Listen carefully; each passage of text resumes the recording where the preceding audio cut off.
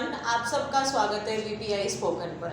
आज की क्लास में हम लोग ये पढ़ने वाले हैं कि हम जो इज एम आर है इसको हम किस तरीके से इस्तेमाल करें। इज एम आर को हम हमेशा आईएनजी के साथ में इस्तेमाल नहीं करते हैं, ये बात बिल्कुल सच है, क्योंकि हमें लगता है कि इज एम आर का इस्तेमाल हमेशा आईएनजी के साथ होता है। ऐसा नहीं है, इज एम आर अकेले भी सेंटेंस में आता है और हमारा सेंटेंस कंप्लीट होता है। यानी आज हमें इज एम आर को पढ़ना होगा कि कब हम इसे हेल्पिंग वर्ब की तरह यूज़ करते हैं और कब हम इसे मेन वर्ब की तरह यूज़ करते हैं।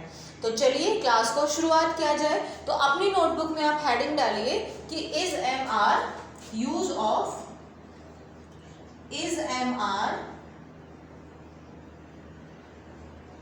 As a main verb. हम अभी जो हम लोग फर्स्ट पिक करने वाले हैं दैट इज इनको मेन वर्ब की तरह हमें इसे यूज करना है। देखो, मेन वर्ब की तरह यूज करने का मैं जैसे अगर आपसे मैं पॉजिटिव में ही सेंटेंस बना लेती हूँ तो मैं आपसे बोलूँ कि वह मेरा स्टूडेंट है, इसको हम कैसे बोलेंगे? वह मेरा स्टूडेंट है, ही इज माई स्टूडेंट। वह मेरा स्टूडेंट है। मैंने कहा मैं एक अध्यापक हूँ, तो इसको कैसे बोलेंगे? I am a teacher. मैंने कहा तुम बहुत खूबसूरत हो, इसको कैसे बोलेंगे? You are very beautiful. You are very beautiful. Phone बहुत महंगा है, द मोबाइल या the phone is very expensive.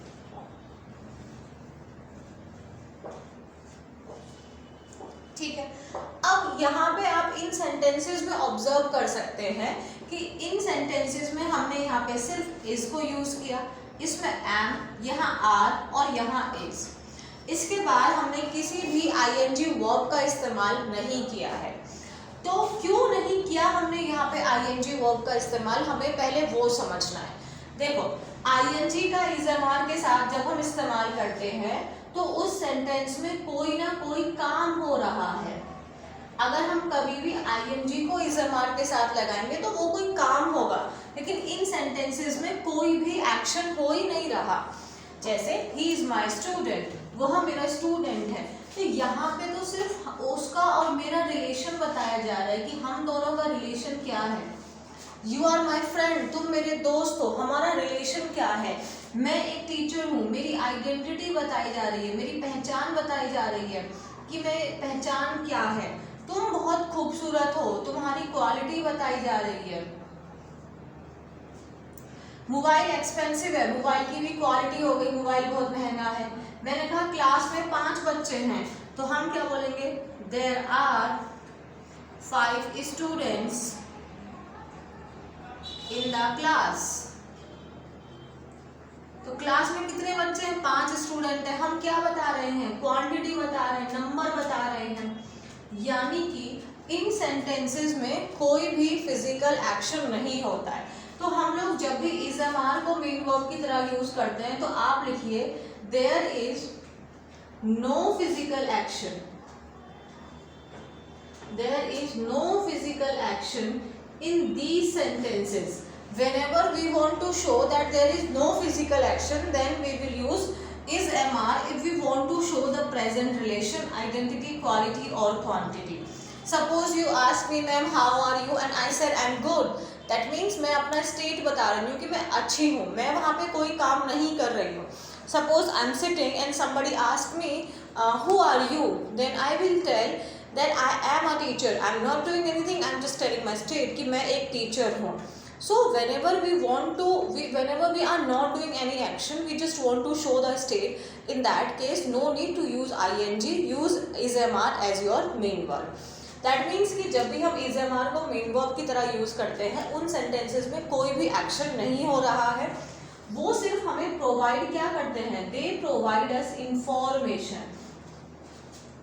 क्या प्रोवाइड करते हैं ये हमें इंफॉर्मेशन प्रोवाइड करते हैं। कैसे इंफॉर्मेशन? जैसे हमारा प्रेजेंट का क्या? प्रेजेंट का रिलेशन बताते हैं, प्रेजेंट की आइडेंटिटी बताते हैं, प्रेजेंट का स्टेट बताते हैं, प्रेजेंट की क्वालिटी बताते हैं, प्रेजेंट की क्वांटिटी बताते हैं। और तो कोई काम हो नहीं रहा है, सिर्फ हमें यहाँ पे स्टेट बताया जा रहा है। तो हम इस एम आर को अपना मेन वर्ब की तरह यूज करेंगे। इसमें हमें किसी भी और वर्ब की जरूरत नहीं है। आईएनजी लगाना यहाँ पे बिल्कुल भी जरूरी नहीं है, क्योंकि हम कोई भी काम यहाँ पे नहीं कर रहे। मैंने कहा मैंने कहा बैग बहुत भारी है, the bag is very heavy. ठीक है, तुम बहुत लड़ाकू हो, you are very quarrelsome, you are very combative. So in this sentence we are not doing any action, like I am sitting and I am passing the comment, so I am not doing any action. Okay, so I hope कि आपको यहाँ तक ये चीज़ समझ में आ गई कि इस एम आर को हम मेन वर्ब की तरह कैसे यूज़ करते हैं और इसका पॉजिटिव सेंटेंस में स्ट्रक्चर कैसे बनता है। कैसे बनता है इसका स्ट्रक्चर अगर देखा जाए तो आप देखेंगे ये आपका सब्जेक्ट है, सब्जेक्ट के बाद आप इज एम आर यूज करो। अगर आपका सब्जेक्ट सिंगुलर है तो आप लगाएंगे इज, प्लूरल है तो आर, आई के साथ एम, और फिर आप यहाँ पे डायरेक्ट इसको, एक्चुअली मैं सब्जेक्ट ऑब्जेक्ट नहीं बोल के इसको मैं सब्जेक्ट कॉम्प्लीमेंट बोलूंगी। अब आपके दिमाग में क्वेश्चन आया होगा, ma'am what is subject complement, I will teach you in the next class. So this is the structure whenever your is am are act as a main verb, there is no action in the sentence. I hope यहाँ तक clear है। So now let's see the negative sentences. चलिए अब इसी के हम negative sentence देखते हैं। तो जरा नेगेटिव पे बात कर ली जाए। अगर मैं यहीं से इनमें से ही किसी सेंटेंस का नेगेटिव बना दूं तो देखते हैं कैसे बनेगा। जैसे मैंने कहा ही इज माई स्टूडेंट का नेगेटिव कैसे बनेगा, ही इज नॉट माई स्टूडेंट, वो मेरा स्टूडेंट नहीं है। ही इज नॉट माई स्टूडेंट, मेरा स्टूडेंट नहीं है।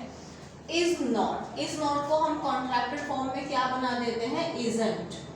ही isn't my student, he is not my student. तुम खूबसूरत नहीं हो, you aren't beautiful, you are plus not beautiful, so you aren't beautiful. हम इसको एक साथ में बोलेंगे, आर प्लस नॉट को एक साथ में क्या बोलते हैं, aren't. So you aren't beautiful. Clear है। मैं टीचर नहीं हूँ, I am not a teacher, I am not a teacher. मैं टीचर नहीं हूँ, I am not a teacher. So am plus not क्या होता है, इसका हम ना एमेंट नहीं होता है, बट हम स्पोकन में एंड बोलते हैं, but this is only and only in spoken. Competitive exam में एम नॉट का एंड नहीं होता है, इसका कॉन्ट्रैक्टेड फॉर्म नहीं बनाया जाता है। Is it done? तो हम अगर नेगेटिव के स्ट्रक्चर की बात करें तो क्या आएगा, सब्जेक्ट हमने लगाया, फिर हमारा इज एम आर हमने लगाया, और इज एम आर के बाद नॉट लगाएंगे, और फिर हमारा subject complement. That's it. Is am are हमने लगाया मेन वर्ब की तरह, और इसके बाद हमने नॉट लगाया। मतलब अगर हम इसका नेगेटिव सेंटेंस बना रहे हैं तो हमें किसी भी हेल्पिंग वर्ब की ज़रूरत नहीं है, सीधा इज एम आर के बाद में ही अपना आप नॉट लगा दीजिए। ये दोनों बात समझ में आ गई। तो अब हम जरा इसका इंट्रोगेटिव सेंटेंस भी बना लेते हैं। अगर हम इसका इंट्रोगेटिव बनाएंगे तो कैसे बनेगा बताओ।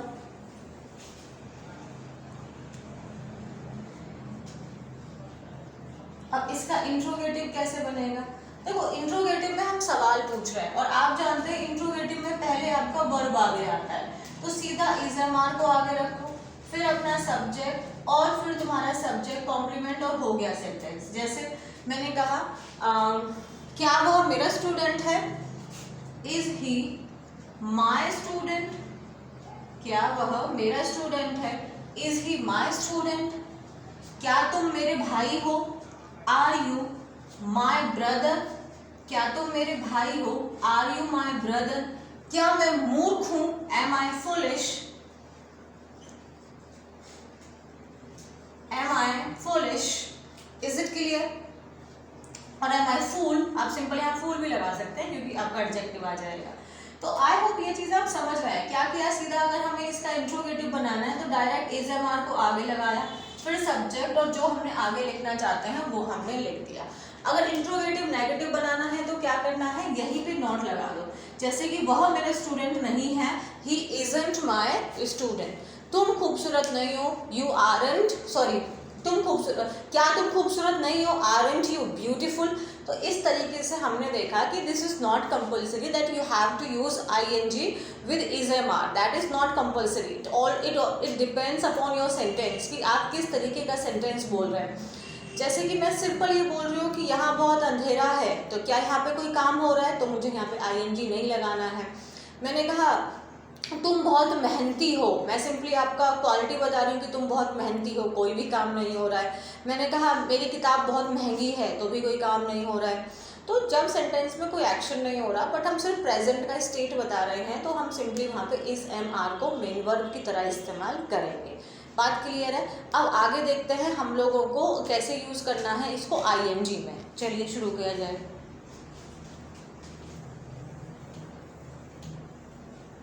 अब हम हेडिंग डालो is am are as a helping verb. आज ना हम एक्टिव सेंटेंस की बात करेंगे, पैसिव में इसको नहीं यूज कर रहे हैं, तो एज अ हेल्पिंग वर्ब अब हम इसको देख लेते हैं। देखो अब जैसे मैंने कहा मैं पढ़ा रही हूँ, मैंने क्या बोला है, मैं पढ़ा रही हूँ। तो अगर मैं पढ़ा रही हूँ तो सेंटेंस में कोई काम हो रहा है, और अगर काम हो रहा है, किसका काम हो रहा है, पढ़ाना। पढ़ाना क्या है, एक्शन है। एक्शन मतलब यहाँ पे टीचिंग, तो अब तो आईएनजी आएगा ही आएगा। तो अब इसको कैसे बोलेंगे, आई एम टीचिंग। मैं पढ़ा रही हूँ को क्या बोलेंगे, आई एम टीचिंग। क्या पढ़ा रही हूँ, इंग्लिश पढ़ा रही हूँ, सो आई एम टीचिंग इंग्लिश। क्योंकि मैं पढ़ा रही हूँ, एक्शन है इस सेंटेंस में। मैंने कहा तुम लिख रहे हो, लिखना, लिखना, लिखना मतलब राइट। अगर आप लिख रहे हैं और लिखने का मतलब होता है राइट, तो मतलब आप लिख रहे हो, तो यहाँ पे राइट आएगा, मीन्स यू आर राइटिंग। तुम लिख रहे हो, यू आर राइटिंग। वह सो रहा है, ही इज स्लीपिंग। इनमें एक्शन है, सो रहा है, सोना एक्शन क्रिया है, तो यू आर स्लीपिंग, तुम सो रहे हो। मेरे पापा अभी सो रहे हैं, माई फादर इज स्लीपिंग। मेरा बेटा सो रहा है, माई सन इज स्लीपिंग। तो यहाँ पे सेंटेंस में एक्शन हो रहा है, और अगर हमारे सेंटेंस में एक्शन है तो हमें आईएनजी लगाना है, एक्शन नहीं है तो आईएनजी नहीं लगाना है। मैंने कहा अब मैंने कहा कि तुम लिख रहे हो, यू आर राइटिंग। तुम भाग रहे हो, तुम दौड़ रहे हो, यू आर रनिंग। ठीक है, तो जब एक्शन होगा तो आईएनजी लगाएंगे। अब आप पहचान सकते हैं। अगर मैं इसी का नेगेटिव बनाऊं तो नेगेटिव कैसे बनेगा, मैं इंग्लिश नहीं पढ़ा रही। सपोज किसी ने कहा मैम आप क्या पढ़ा रहे हो, मैथ्स पढ़ा रहे हो। मैंने कहा अरे यार मैं मैथ्स नहीं पढ़ा रही, तो मैं क्या बोलूँगी, आई am not teaching mathematics, I am not teaching mathematics. कि मैं मैथमेटिक्स नहीं पढ़ा रही भाई, मैं मैथ नहीं पढ़ा रही हूँ। मैंने कहा तुम नहीं लिख रहे हो, यू आर नॉट राइटिंग, तुम पढ़ नहीं रहे हो, यू आर नॉट स्टडिंग। तुम पढ़ नहीं रहे हो, यू आर नॉट स्टडिंग। अब देखो मैंने कहा तुम पढ़ नहीं रहे हो, यू आर नॉट स्टडिंग। तुम जा नहीं रहे हो, यू आर नॉट गोइंग। यहाँ पे एक्शन हो रहा है, जाना, करना, पढ़ना, लिखना, हंसना, सब एक्शन है, तो हमने आईएनजी लगाया। दूसरी बात मैंने बच्चों में देखी है कि वो ना कंफ्यूज करते हैं। भाई यार एक बात समझ लो, अगर तुम्हारा सेंटेंस में एक्शन है और वहां पे हिंदी मीनिंग निकल रहा है, जा रहा है, जा रही है, खा रहा है, खा रही है, पढ़ रहे हैं, सो रहे हैं, रहा है, रही है, अगर है भैया तो ये कॉन्टिन्यूअस है, और कॉन्टिन्यूअस सेंटेंस में हमेशा आईएनजी आएगा। तो गड़बड़ी क्यों करते हैं फिर आप लोग, तो इस एमआर के साथ में फिर तो आपको आईएनजी लगाना ही पड़ेगा, फिर कंपलसरी है। तुम हंस रहे हो, एक्शन है इसमें, you are laughing, is it clear, action है। और प्लीज आप ये मत करो फिर कोई, मैंने देखा है बच्चों को वो सीधा लिख देते हैं you are not study. You are not study. अगर देखो जब भी सेंटेंस में कोई एक्शन दिखाई दे रहा है तो फिर वहां पे सिर्फ इज एम आर के साथ में आईएनजी वर्ब आएगी, आईएनजी आएगी। ये बात भी ध्यान से अपने ब्रेन में आपने फिट कर लेना है। अब अगर इसी का मैंने इंट्रोगेटिव सेंटेंस बनाना है तो इंट्रोगेटिव कैसे बन जाएगा कि क्या मैं पढ़ा रही हूँ। तो अगर हम बात करें इंट्रोगेटिव के स्ट्रक्चर की, तो इंट्रोगेटिव का स्ट्रक्चर क्या है फिर, इसमें हेल्पिंग वर्ब कौन है, इज एम आर, इसको आगे ले आओ, फिर अपना सब्जेक्ट लगा दो। अब मेन वर्ब कौन है तुम्हारा, फोर्थ फॉर्म है, आईएनजी वाला मेन वर्ब है, तो उसी को अपना यहाँ पे लिखो, सब्जेक्ट के बाद में मेन वर्ब, और उसके बाद अपना ऑब्जेक्ट लगाओ। और क्वेश्चन मार्क। जैसे क्या मैं इंग्लिश पढ़ा रही हूँ, एम आई टीचिंग इंग्लिश। क्या मैं दिल्ली जा रही हूँ, am I going to Delhi.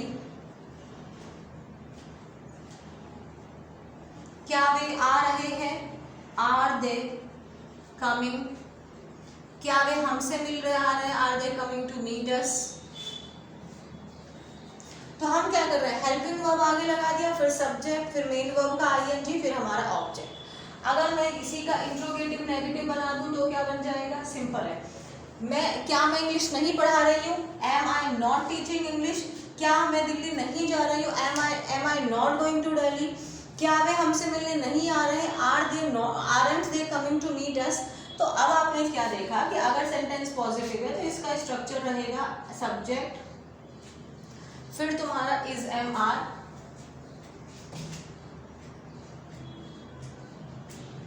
फिर हमेशा आईएनजी आएगा जब भी पढ़ा रही है, पढ़ा रहा है अगर आएगा, और फिर आपका ऑब्जेक्ट। अगर हमारा सेंटेंस कैसा है, नेगेटिव है, अगर सेंटेंस कैसा है, नेगेटिव है, तो सब्जेक्ट इज एम आर, ये हेल्पिंग वर्ब है, यहाँ पे सहायक क्रिया है, फिर नॉट आएगा, और मेन वर्ब के रूप में क्या आएगी, आईएनजी वाला आएगा, और फिर आपका ऑब्जेक्ट। ये हो गया नेगेटिव। अगर आपका इंट्रोगेटिव नेगेटिव है तो क्या करेंगे, क्योंकि इंट्रोगेटिव है तो हेल्पिंग वर्ब तो आगे आएगी आएगी, तो इज एम आर। इसी के साथ में इसका कॉन्ट्रैक्टेड फॉर्म लगा देना, नॉट यहाँ मत लगाना, कॉन्ट्रैक्टेड फॉर्म लगाना, फिर सब्जेक्ट, फिर आपका फिर अब नॉट आएगा, और फिर मेन वर्ब का फर्स्ट फॉर्म प्लस आईएनजी, और फिर ऑब्जेक्ट। लेकिन अगर मान लो मुझे इजंट के साथ बोलना है तो आप ऐसे बोल सकते हैं, इजंट शी कमिंग, या isn't she going to there, isn't she to नहीं आया, isn't she going to Delhi, क्या वो दिल्ली नहीं जा रही है, तो यहाँ पे main verb ING plus object. अगर आर से बनाना है तो आर प्लस शॉर्ट में बना देना, aren't, subject, main verb plus ING plus object.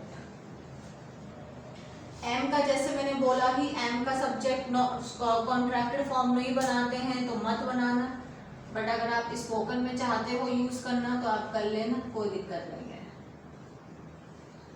तो इस तरीके से हमने देखा कि कहाँ हम इज एम आर को मेन वर्ब की तरह यूज करते हैं और कहाँ हम इज एम आर को हेल्पिंग वर्ब की तरह यूज करते हैं। मैं कुछ सेंटेंस बोल रही हूँ, आप पहचान के देखो कहाँ पे हेल्पिंग वर्ब है, कहाँ मेन वर्ब है। वह एक अध्यापक है, तुम मेरे पिता हो, तुम खेल रहे हो, तुम सो रहे हो, मेरी माताजी खाना बना रही हैं, मेरी बहन बहुत खूबसूरत है, मेरा भाई पढ़ रहा है, मेरा भाई बहुत लंबा है।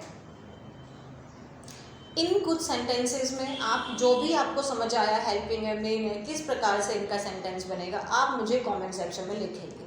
देखो, आप में से बहुत बच्चों को चीज़ें ऑलरेडी आती भी होंगी, बट स्टिल हमें आती है, बट हमें डिफरेंस नहीं पता चलता, इसीलिए हमारा हेजिटेशन शुरू होता है, इसीलिए हमारी फ्लुएंसी नहीं आती है। तो फ्लुएंसी को बढ़ाने के लिए, अपनी स्पीड को बढ़ाने के लिए हमें ये चीज़ें पढ़नी पड़ेंगी, ये चीज़ें समझनी पड़ेंगी। सो आई होप कि आज की क्लास में आपको ये चीज़ें समझ में आई कि कब हेल्पिंग वर्ब है, कब मेन वर्ब है। जब भी सेंटेंस में रहा है, रही है, पढ़ रही है, सो रही है, जा रही है, हंस रही है, इस तरीके से है तो वो आईएनजी की तरफ आपको लेके जा रहा है, तो बिना टेंशन करे इज एम आर के साथ आईएनजी लगाओ। जहाँ पे कोई एक्शन नहीं है वहाँ पे सिंपली इज एम आर लगाओ।